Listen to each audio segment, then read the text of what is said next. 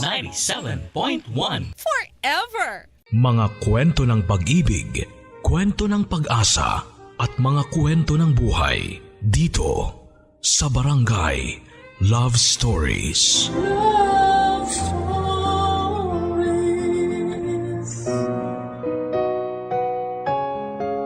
Nang mauso ang internet, dumadami na ang iba't ibang platform sa pakikipagkomunikasyon. Gamit ang SOCMED ay pwede kang gumawa ng page para sa inyong mga negosyo. O pwede rin naman na sa sarili mong wall ka mag-post ng mga ibinebenta mo sa online. Nauso ang katagang PM is the key sa mga ibinebenta sa online. Ano ang status mo ngayon sa online selling?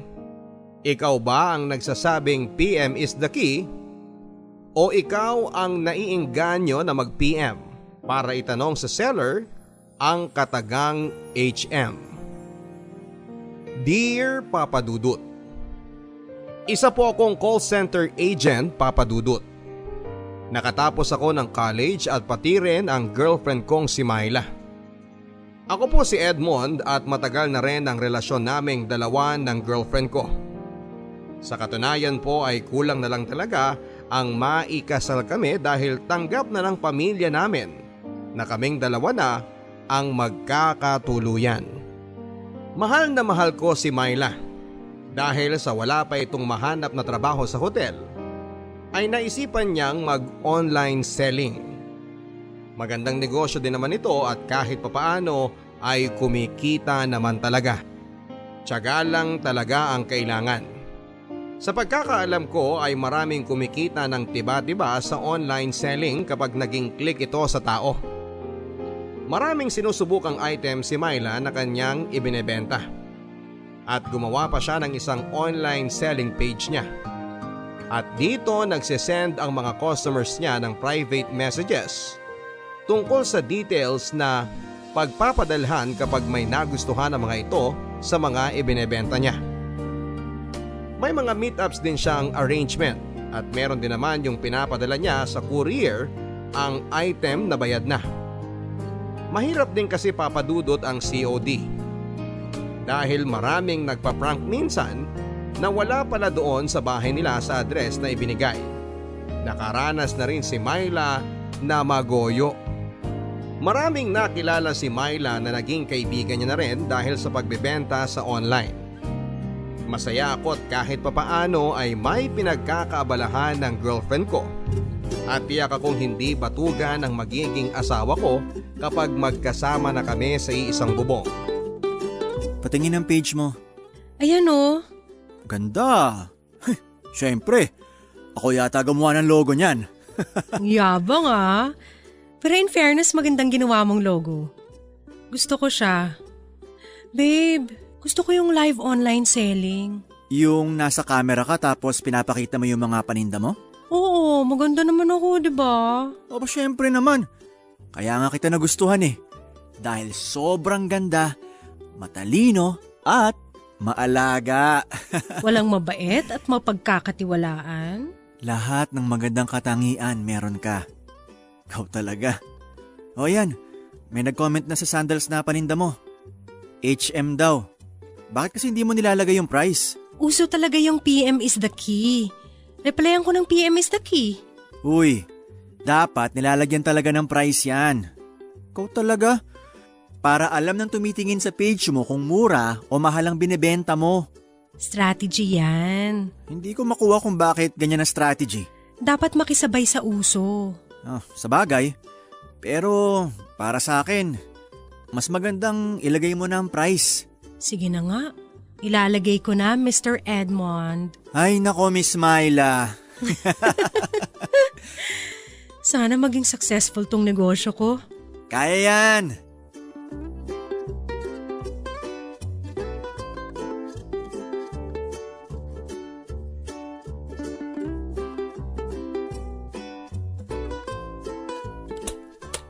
Wow! Dami mong pinapak ah. Oo nga eh, maraming bumili. Ito bayad na to, ipapaship ko. Pero itong isang to, meet up ko na lang kasi nasa Metro Manila lang naman. Gusto mo ba akong isama? Wag na, kaya ko na to. May dala pala akong ulam. Niluto ni Mama. Ibigay ko daw sa'yo. I-microwave mo na lang mamaya para mainit pagkain nyo. Si tita talaga nag-abala pa. Siyempre! Love ka kaya nun? Sandali lang babe ha, sasagutin ko lang tong tawag. Sige lang babe. Hello? Yes, Sir Lawrence. Ngayon mo ba i-deliver ang item, miss? Opo sir, pinapako na po yung item ninyo.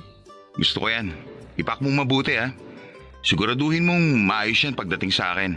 Oo naman po, pero maingat po ako. Yan ang gusto ko, maingat. Sige sir, I'll see you around 4 p.m. po. Excited na ako dyan sa item ko. Nice to hear that sir. Sana masatisfy kayo sa product ko.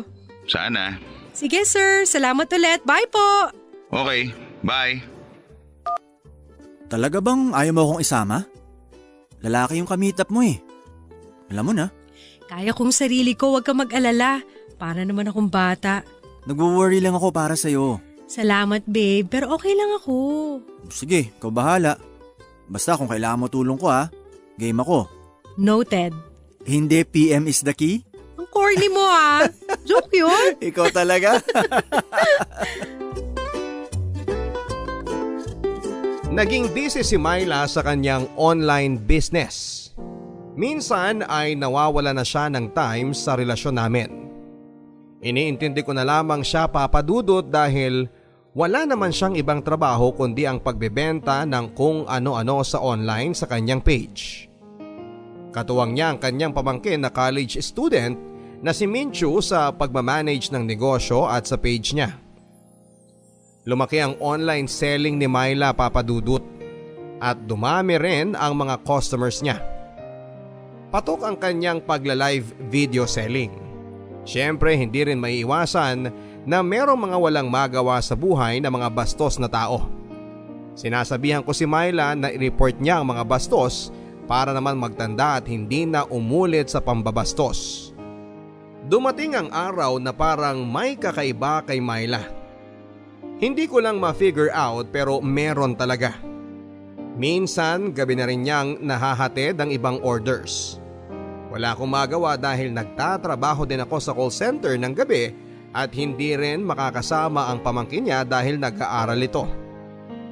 Pinapanalangin ko na lamang na maging mabuti at walang mangyayaring masama sa kanya tuwing meron siyang imimit na customer.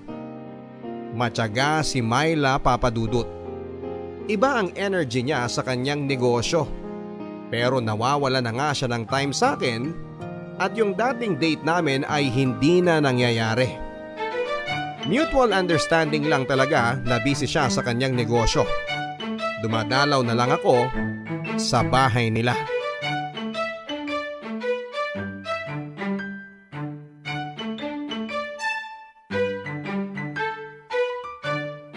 Menchu, asan ang tita Myla mo? Merong ka-meet up, kuya. Pero gabi na. Saan daw? Di ko alam, wala kasi siyang sinabi kung saan. Tawagan mo na lang kaya, kuya. Sige.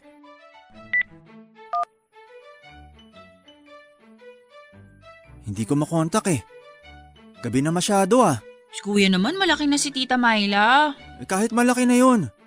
Baby ko pa rin yun at delikado no. Babae siya eh. Ano naman ngayon kung babae? Pareho lang naman ang babae at lalaki ah. Parang iniinsulto mo naman ang babae na hindi namin kayang protektahan ng sarili namin. Hindi sa ganon. Nagwo-worry lang talaga ako. Sandali. Naiihi ako. Ka nakatingin sa akin. Mukha ba akong toilet? Andun yung CR oh, alam mo naman eh. Mihi ka. Alam ko. Tinitinang kita kasi naalala ko yung panahon na nasa college pa kami ng tita mo. Katulad mo siya eh. Masipag mag-aral. Aba syempre, para makahanap din ako ng boyfriend na katulad mo. Char! Umihi ka na dun.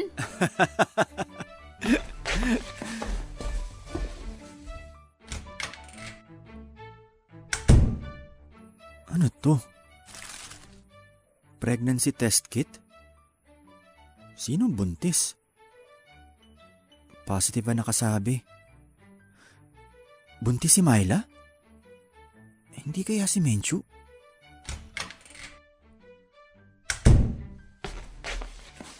Ang bilis mong umihi, kuya. Magic? Kanino yung pregnancy test kit dun sa toilet? Meron ba? Hindi sa'yo? Bakit naman ako magkakaroon ng ganyan? Virgin pa ako, no? Nakakay Tita Myla. Naku! Ginalaw mo na siya? Kakaiba kayong dalawa, ha? Susumbong ko kayo kay na lolo at lola. Buntis ang Tita Myla mo. Ano? Magkaka-baby na kami. Talaga lang, ha? Bakit hindi pa sinabi ni Tita Myla sa'yo? Baka naghahanap lang siya ng tiyempo. Surprise, ganun. Sa bagay. So magpapakasal na kayo niyan? Ano pa nga ba? Mahal ko ang Tita Myla mo, Menchu. Go na sa mahal. Congrats! So kailan ang kasal? Pag-uusapan namin yan.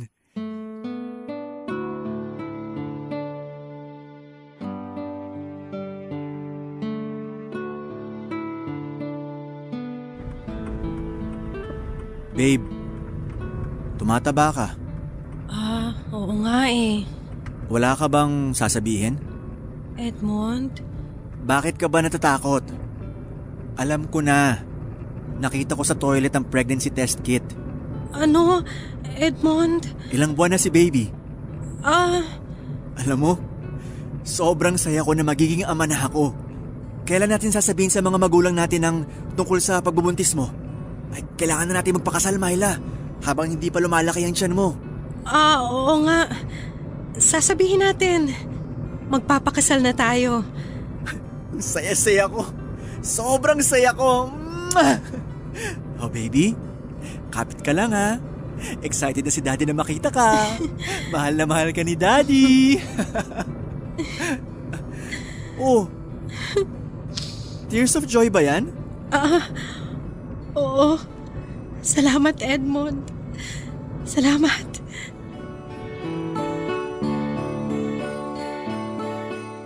Yung confirmed na magkaka-baby na kami ng kaisa-isang babaeng mahal ko, Papa Dudut, ay sobrang saya. Lalo na noong pumayag siyang magpakasal na nga kami.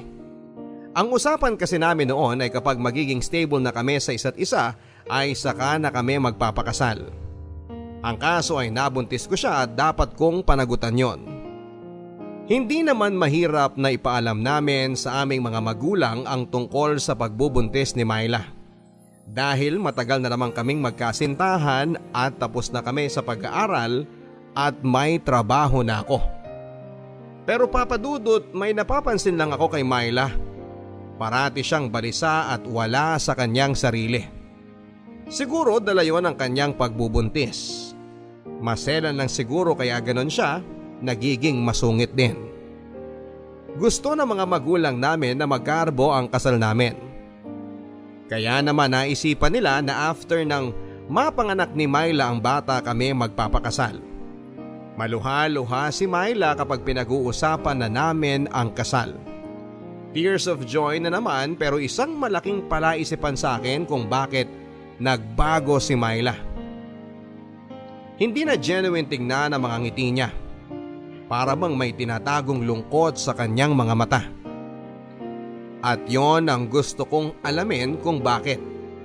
At magagawa ko yon kahit na hindi ko na sabihin ang PM is the key. Dahil engaged na ako sa babaeng mahal na mahal ko, Papa Dudut. Nakapag-decide si Myla na itigil na muna ang kanyang online selling. Hindi na siya nagpo-post ng mga panibagong item para ibenta. Ang sabi niya, gusto niyang magpahinga para mas maalagaan ang bata sa kanyang sinapupunan. Natuwa naman ako dahil baby ko ang batang iluluwal na at inaalagaan na magiging maayos ang kanyang pagbubuntis. Naipanganak ni Myla ang baby namin, lalaki. Ginawa ko kaagad na junior si baby kahit ayaw ni Myla. Issue talaga kay Myla na huwag gawing junior si baby, pero talo siya dahil gusto ng mga magulang namin na gawing junior na si baby. Ang napag-usapan ay isasabay ang kasal sa binyag ng anak namin. Dati, ang hilig-hilig ni Myla sa Sokmed. Pero noong magkaanak na kami, ay binura na rin niya ang kanyang account at nanatili na lamang siya sa loob ng bahay namin para alagaan si baby. Tinatanong ko siya kung magtatrabaho ba siya kapag makakalakad na si baby. Ang sabi niya ay ganon ang balak niyang mangyari. Nagtataka din ako papadudot dahil nakikita ko pa rin ang online selling page ni Myla. Hindi niya nabura ang page dahil may ka-co-admin siya, ang pamangkin niya na si Menchu. May isang lalaking nagngangalang Lawrence ang parating nagko-comment sa mga paninda ng PM Sen. Parang araw-araw ay may comment na ganon, kaya naman kinausap ko na si Menchu.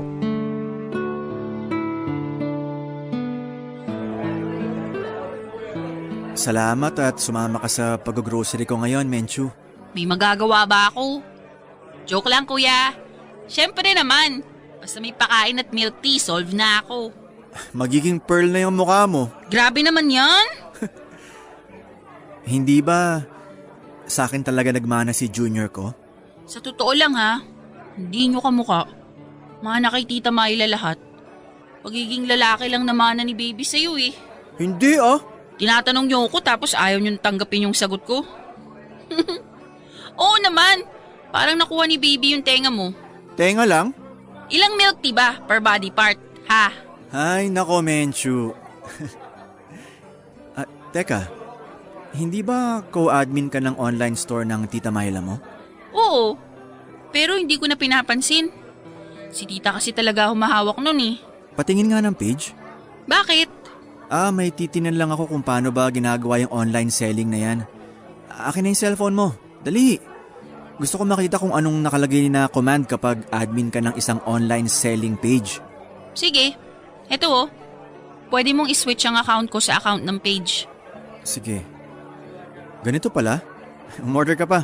Galante mo ngayon, kuya. Siyempre naman. Kuya, okay ka lang? Oo. Lalim ng iniisip mo ah. Gusto mo bang buhayin ang online selling ni Tita Myla? Basta game ako, milk tea lang. Pag-iisipan ko. Sige.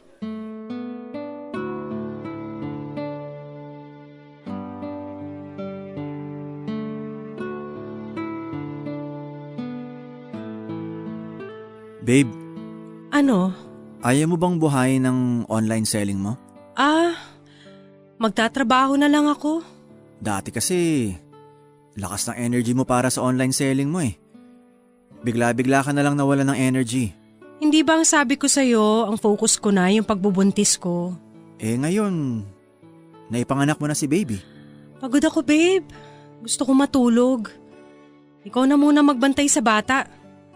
Ayoko na rin mag-online business. Dami manloloko dyan. Nakakapagod na rin makipag-usap sa mga siraulo. Dapat seller, sure buyer relationship lang naman yon. Kapag hindi sure, wag na kausapin. Ganun lang naman yun eh. Bakit ba, Edmond? Nabibwisit ka na ba dahil ikaw lang ang kumikita sa ating dalawa? Hayaan mo. Maghahanap ako ng trabaho kapag nakakalakad na si baby. Hindi naman sa ganon. I trust you.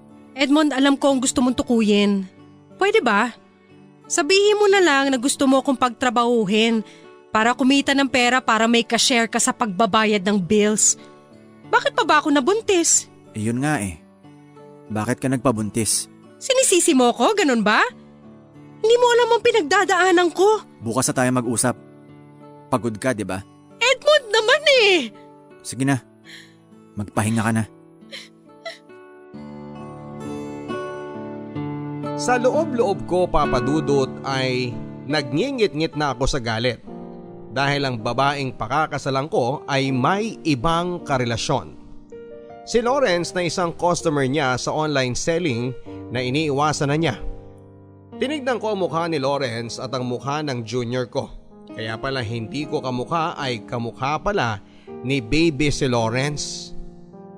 Kaya pala parang balisa si Myla at hindi niya kaagad pinaalam sa akin ang tungkol sa pagbubuntis niya.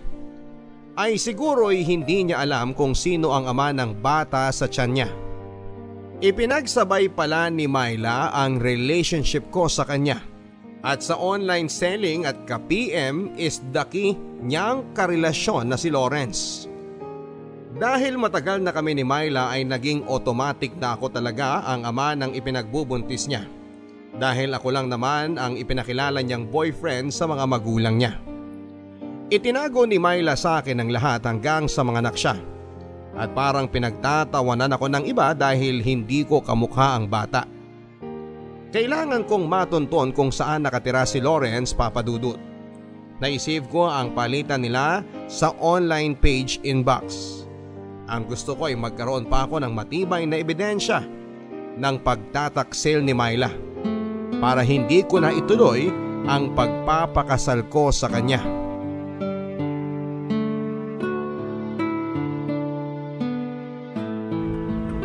Kuya, yung milk tea ko baka nakakalimutan mo. Hindi nasa listahan na yon. Hirap pa magkaroon ng asawa, kuya. Kahit live-in pa lang kayo ni Tita Myla. Kasi nag-iipon pa kayo para sa sosyal na kasal. Kung ako, di na ako magpapakasal ng sosyal. Sobrang gastos lang din yan. Hindi rin naman assurance ang kasal na magsasama talaga ang dalawang tao habang buhay hindi ba? Ang dami mong alam Mas dadami yan kapag may milk tea na yan. Alam mo bagay sa'yo? Papainumin kita ng isang drum ng milk tea. Uy, gusto ko yan. Ikaw talaga. Ay, himala. Anong himala? Huh?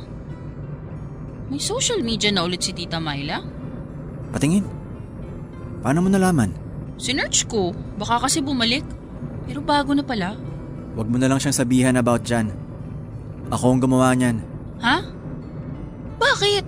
Gusto ko na kapag kasal na kami, yan ang magiging account naming dalawa. Wala na kaming sekreto.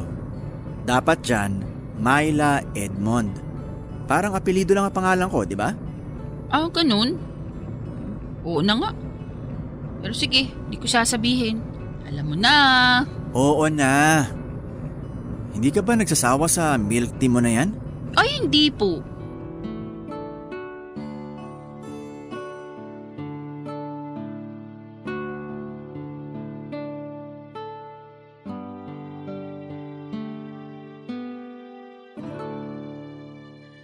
Saan na naman ang lakad mo? Para sa kasal natin. 1 buwan na lang pala. Oo nga Ang gastos. Pasensya na. Okay lang. Ano ka ba? Ang importante makasal ako sa babaeng mahal ko. At hindi ako kayang pagtaksilan. Hindi ba? Oo naman. Bakit sumagi yan sa isip mo? Hindi ko alam. Everybody has a secret pero malaki ang tiwala ko sa'yo. May anak na nga tayo, di ba? Oo, Edmond. May problema ba? Oh, sige na. Mauna na ako para makauwi rin ako ng maaga. Sige. Mag-ingat ka. Ako pa. Sila mag-ingat sa akin.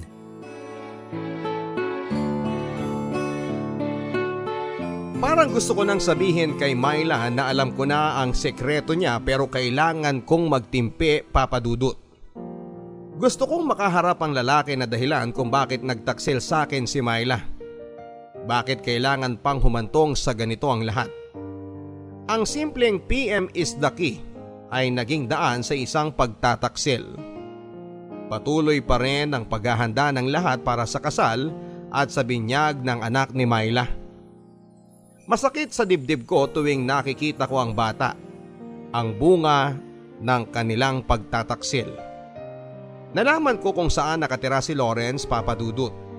Gusto ko nang lusubin ang bahay niya at bibigyan ng malakas na suntok ko. Nagngingit-ngit ako sa galit, parang makakapatay ako ng tao, Papa Dudut. Ang hirap pala kung alam mo nang niloloko ka at alam mo kung sino ang mga taong nanloloko sa'yo. Umaapoy sa galit ang loob ko. Ito na yung pagkakataon kong kumprontahin si Lawrence. Sinira nila ang masayang buhay ko. Sinira nila ang plano ko sa buhay, Papa Dudut. Paano na ang mga magulang namin na excited na sa kasal namin ni Myla? Paano na si baby na ayaw ko nang ibigay ang pangalan ko dahil hindi ko naman siya anak? Paano na ang gastos ko para sa binyag at sa kasal na isa palang malaking scam? Abala na ang lahat dahil malapit na ang kasal at binyag, Papa Dudut. Hindi ko pa masabi na ayaw kong ibigay ang pangalan ko. Nagdadalawang isip pa rin ako kung itutuloy ko ang pagpapakasal kay Myla o hindi. Hindi po biro na patatawarin ko na lamang siya sa ginawa niyang panloloko sa akin. Dahil sa loob ng maraming taon na nakikipagrelasyon ako sa kanya, ay hindi ako gumawa ng bagay na ikakasakit ng puso niya. At naging tapat ako sa kanya, Papa Dudut. Nakipag-message ako kay Lawrence gamit ang dami na SOCMED account ni Myla. Tumawag siya. Ang sabi ko bilang si Myla na huwag tumawag dahil kasama ko parati ang boyfriend ko at ayaw kong malaman na makikipagkita ako sa kanya.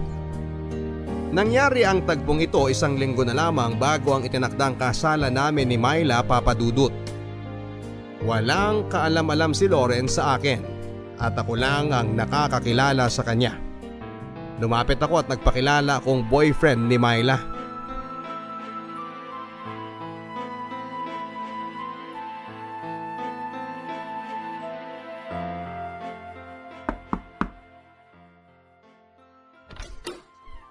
Sino ka? Ano kailangan mo? Edmond, ako ang fiancé ni Myla. So? Ikaw ang kachat ko? Spy ka ba? Tarantado ka! Anong ginawa mo sa fiancé Ba? ko, ha? Ito sa'yo! Walang ka! Ano ha? Mahal mo ba si Myla? Ha? Sabihin mo! Hindi! Hindi ko siya mahal! Sayo-sayo na siya! Itiwan mo ako! Malandi ang fiancé mo eh! Pumapatol kaya diniskartehan ko na! Tinamaan sa akin eh! Hayop ka! Tama na! Hindi ko naman alam na may fiancé siya! Wala akong kasalanan dito! Ginalaw mo siya! Siyempre! Nasa isang kwarto kaming dalawa! Ano pa ba gagawin namin, di ba? Hindi ko siya pinilit! Kusa siya sumama! Kaya bitiwan mo ako! Sayo-sayo na yung Myla mo! Bakit nagko-comment? At nagme-message ka pa rin sa kanya, ha? Siyempre babae siya! Tawag lang siya ng laman para sa akin! Katawa lang ang habol ko sa kanya! Sayo-sayo na ang puso ng Myla na yan! Kaya bitiwan mo ako!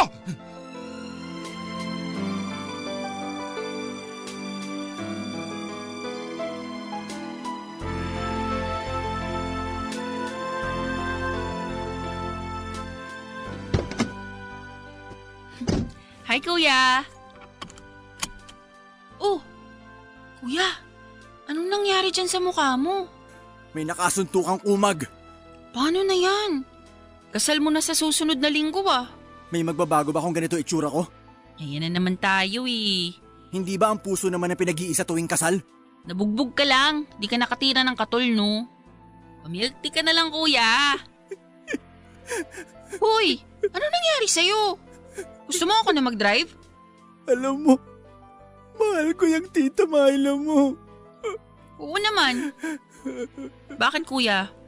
May bala ka bang hindi ituloy ang kasal dahil sa pagkakabugbog mo? Pwede naman siguro. Pangit mo ngayon eh.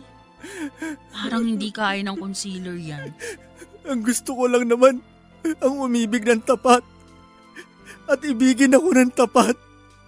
Yun lang naman eh. Sabihin mo nga, ano pang problema? Alam kong honest ka.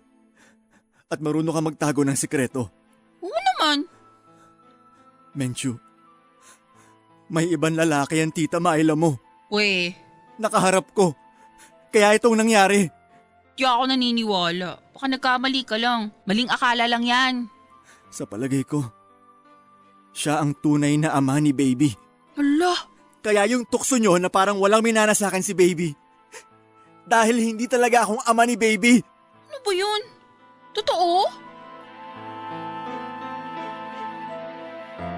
Sinabi ko kay Menchu na nagpaplano na akong sabihin kay Myla na alam ko na. Ang hindi ko lang alam kung mapipigilan ko ang sarili ko na kainin ng galit dahil sa lahat ng kawalanghiyaan na ginawa niya sa akin, Papa Dudut.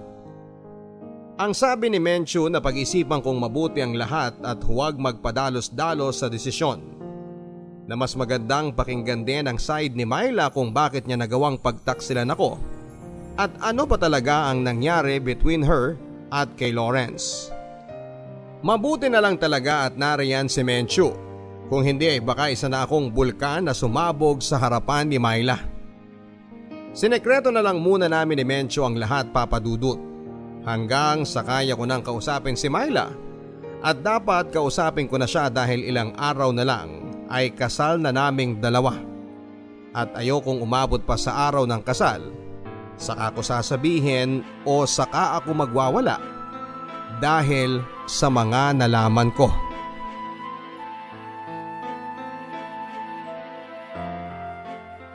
Gabi na, napadalaw ka pa. May mga tinapos lang ako kaya medyo ginabi.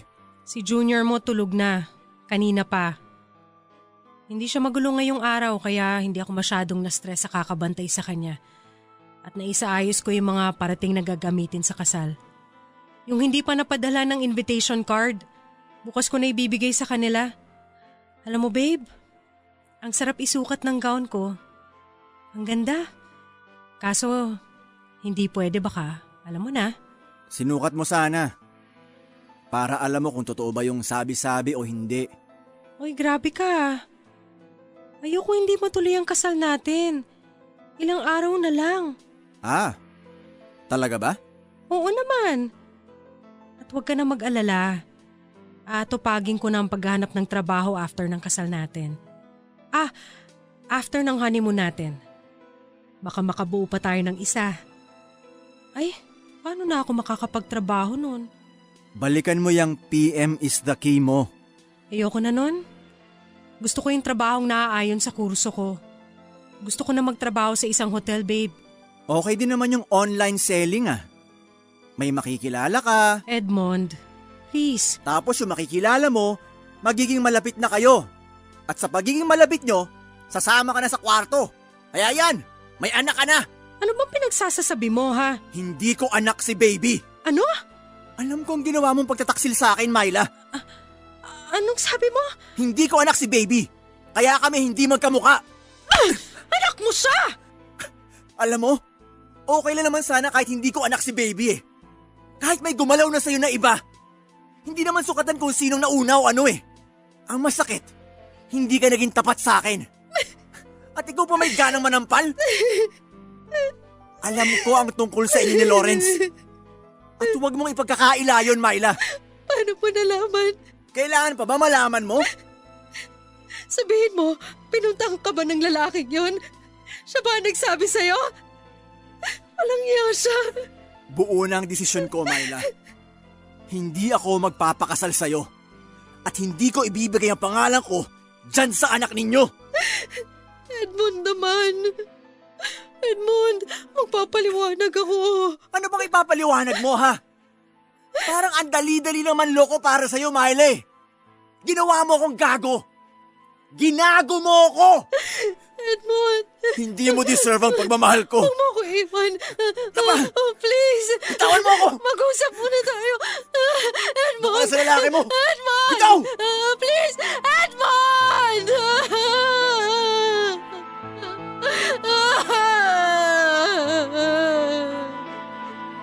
Pinigilan kong umiyak ng araw na yon, Papa Dudut. Pero nang lumabas ako ng bahay nang maisara ko ang pintuan, ay kusang lumuha ang mga mata ko. Sobrang sakit sa puso ko. Bakit nangyari ito sa akin? Bakit ngayon pa na 3 araw na lamang ay kasal na naming dalawa? Ipinaalam ko sa mga magulang ko ang tungkol sa pagkalas ko sa kasal.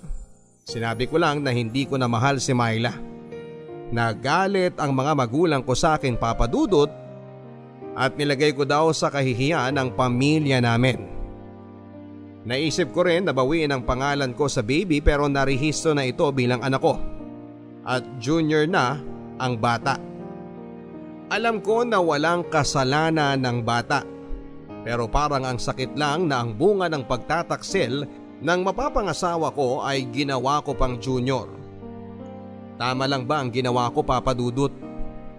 Hindi ba masyadong ang sama ko naman na ayawan ng kasal kahit na 3 araw na lamang at kasal na namin? Para sa akin, mas okay nang hindi ko sinabi ang tunay na dahilan sa pagkalas ko sa kasal namin ni Myla. Kahit paano'y gusto ko pa rin na malinis ang tingin sa kanya ng ibang tao. Kahit pa nagmukha akong masama sa harapan ng mga magulang ko at kamag-anak at maging sa pamilya ni Myla. Palaisipan sa akin noong sinabi ko sa kanya na alam ko ang pregnancy test niya. at nagbago na siya. Yung hindi na genuine ang ngiti niya at may lungkot na ang mga mata niya. Kaya pala ganon dahil sa hindi ko pala anak ang baby niya. Kinausap ko ang mga magulang ni Myla, Papa Dudut. Humingi sila ng paumanhin kung ano man ang nagawa ni Myla, kung bakit kumalas ako dahil sa pagkakakilala nila sa akin ay mabait akong tao at hindi ko nilalagay ang kapwa ko sa alanganin.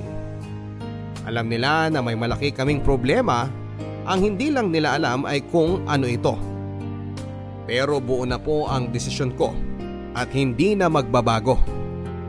Sabi pa ng magulang ni Myla na tingnan daw sana ang matagal naming pagsasama ng anak nila at sana ay hindi ko iurong ang kasal. Umaasa pa rin ang pamilya ni Myla na itutuloy ko ang kasal pero issue po sa akin ang katapatan, Papa Dudut. Maraming pagkakataon sana na sinabi niya sa akin ang tungkol kay Lawrence. Ang tungkol sa bata pero hindi. Kahit napapansin ng mga tao na hindi ko kamukha ang bata ay hindi pa rin niya sinabi ang katotohanan. Kung ang kasama mo ay sinungaling, magiging kasinungalingan din ang inyong pagsasama at ayoko ng ganon. Kung sinabi lang ni Myla ng maaga ang lahat, siguro ay napatawad ko siya at matutuloy ang kasal. At kahit na hindi ko anak ang bata ay aakuin ko, pero sobrang tagal na. At sa kahuli-hulihan ay hindi pa rin siya umamin nang hindi ko kusang sinabi sa kanya ang nalalaman ko.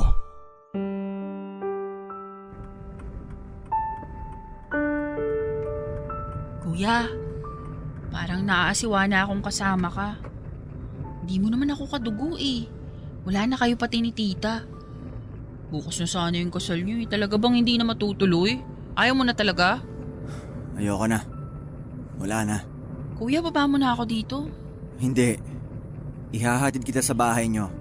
Kailangan kahit mali o may nagawang kasalanan ng tita ko, sa kanya pa rin ako dapat kakampi.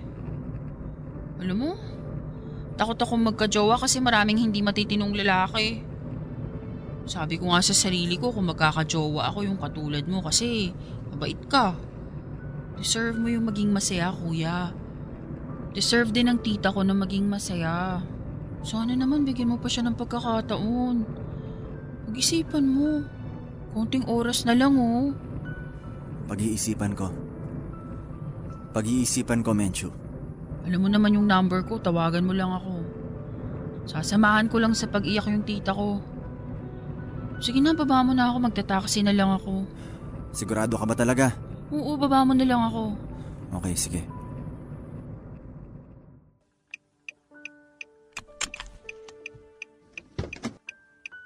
Hintayin ko yung tawag mo, kuya ha. Sige, salamat.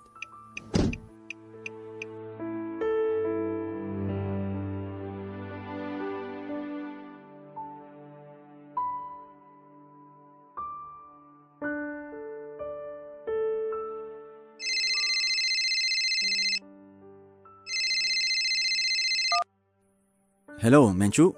Kuya, puntahan mo kami, nandito kami ngayon sa ospital. Ano? Bakit? Si Tita Myla naglaslas ng pulso. Ano? Sabi ko naman sa'yo tumawag ka ba't hindi ka tumawag? Ba't ang tigas ng puso mo? Ba't ayaw mo magpatawad? Di ba ito lang naman yung kasalanan ng tita ko? Alam kong malaking kasalanan to pero mahal ka ni tita. Isang ospital! I-text mo sa akin ang address. Pupunta ako ngayon na. Kuya, please, punta ka na. Oo, pupunta na ako.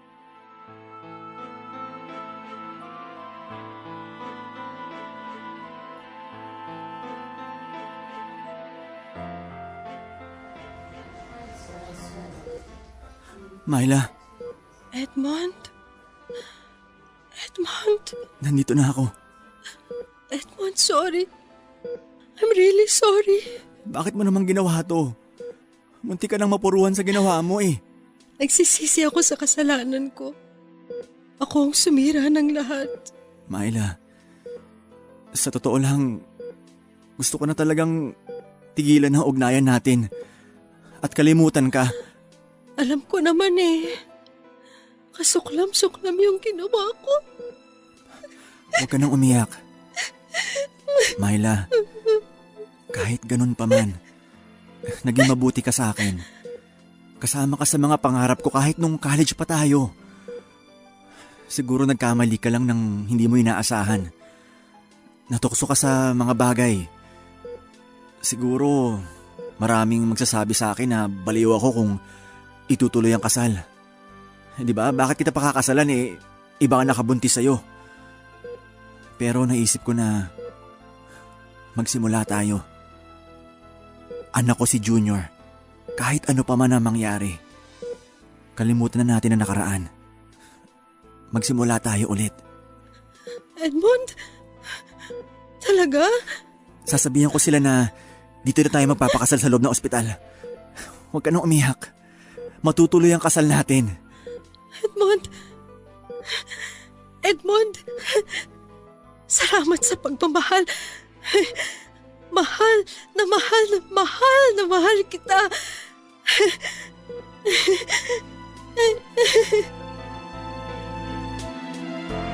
Ako, si Myla at si Menchu lang ang nakakaalam tungkol kay Lawrence at sa baby.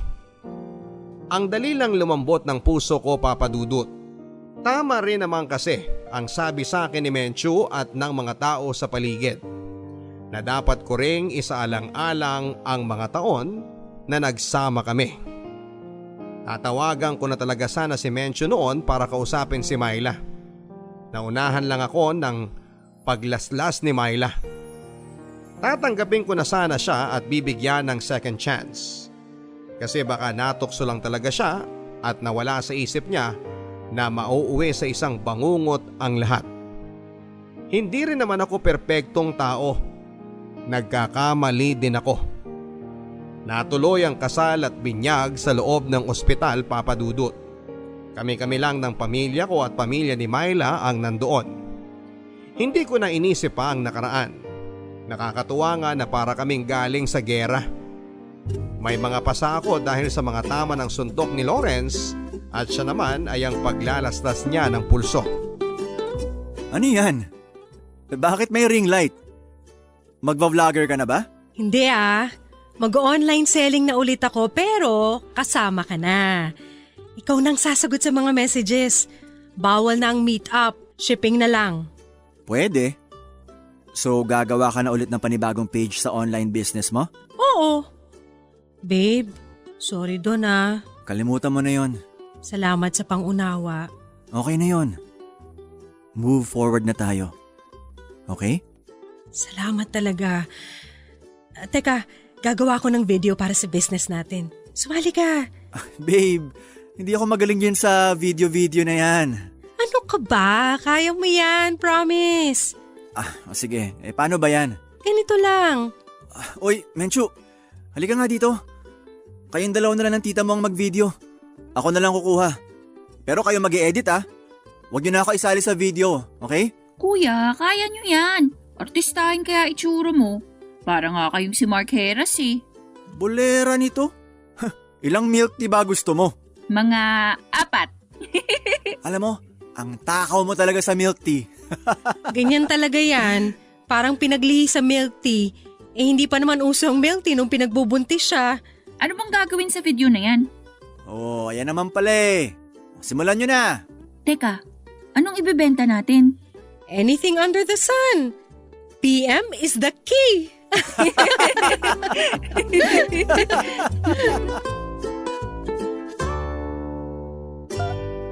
Wala na kaming balita kay Lawrence, Papa Dudut. Hindi ko na rin inisip na hindi ko anak ang junior namin. Masaya ako sa pamilya ko sa ngayon kahit na minsan itong muntik nang masira at hindi matuloy na magiging asawa ko si Myla. Sana kahit papaano ay may nakuhang aral ang ating mga kapuso sa ibinahagi kong kwento. Naging successful ang online selling namin ni Myla, Papa Dudut. Si Menchu naman ay tapos na rin sa kolehiyo. Hindi muna siya nagtatrabaho at ang online selling muna ang inatupag niya dahil malaki po ang kinikita namin. Marami po kaming naging customers, ang iba po ay nagiging reseller na rin namin sa probinsya. Minsan ang isang negosyo ay bumagsak kasama ang moral ng tao at minsan naman ay umaangat. Dapat alam natin kung paano paggalawin ang isang business, mapa-online man ito o hindi, at kapag may pinapatakbo kang negosyo, huwag mong sakyan ng ibang business na ikakasira ng business mo at ng buhay mo. Ang inyong kapuso at kabarangay, Edmond.